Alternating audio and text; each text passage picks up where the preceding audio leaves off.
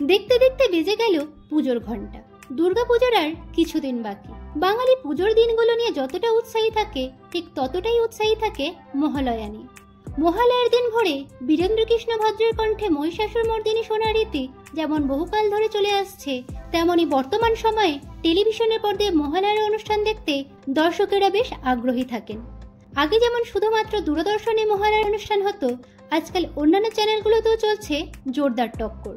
কোন চ্যানেলে কে দুর্গা হবে সেই নিয়ে জানার আগ্রহ প্রায় সকলেরই থাকে। চলুন আজকের ভিডিওতে জেনে নেওয়া যাক বাংলার প্রধান চ্যানেলগুলোতে কাদেরকে আমরা মহিষাসুর মর্দিনী রূপে দেখতে চলেছি।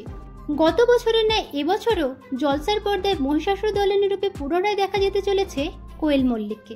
এর আগে 2011 ও 2023 সালে অর্থাৎ গত বছরেও আমরা কোয়েল মল্লিককে দুর্গা রূপে দেখেছি। এবারও তার অন্যথা হলো না।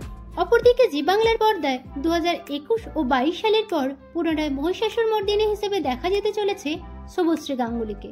গত বছর অন্তঃসত্ত্বা হওয়ার কারণে শুভশ্রী গাঙ্গুলি মহালয়ায় অংশ নেননি। তার পরিবর্তে দেখা গিয়েছিল অঙ্কিতা মল্লিককে। তবে এবছর তিনি জি বাংলার পর্দাতেই দুর্গা রূপে ফিরছেন। এবছর জি বাংলার মহালয়ার অনুষ্ঠানের নাম নবরূপে দেবী দুর্গা, যেখানে দেবীর 9টি রূপকে তুলে ধরা হয়েছে। মহিষাসুর মর্দিনী রূপে শুভশ্রী গাঙ্গুলির পাশাপাশি দেবীর অন্যান্য 9টি রূপে দেখা যেতে চলেছে জি বাংলার প্রধান নায়িকাদের। তাদের মধ্যে যেমন থাকছেন শ্বেতা ভট্টাচার্য, পল্লবী শর্মা, অঙ্কিতা মল্লিক সহ আরো অন্যান্য। তো বন্ধুরা, কোন অভিনেত্রীকে আপনারা মহিষাসুর মর্দিনী হিসেবে দেখতে বেশি এক্সাইটেড কমেন্টে জানাবেন।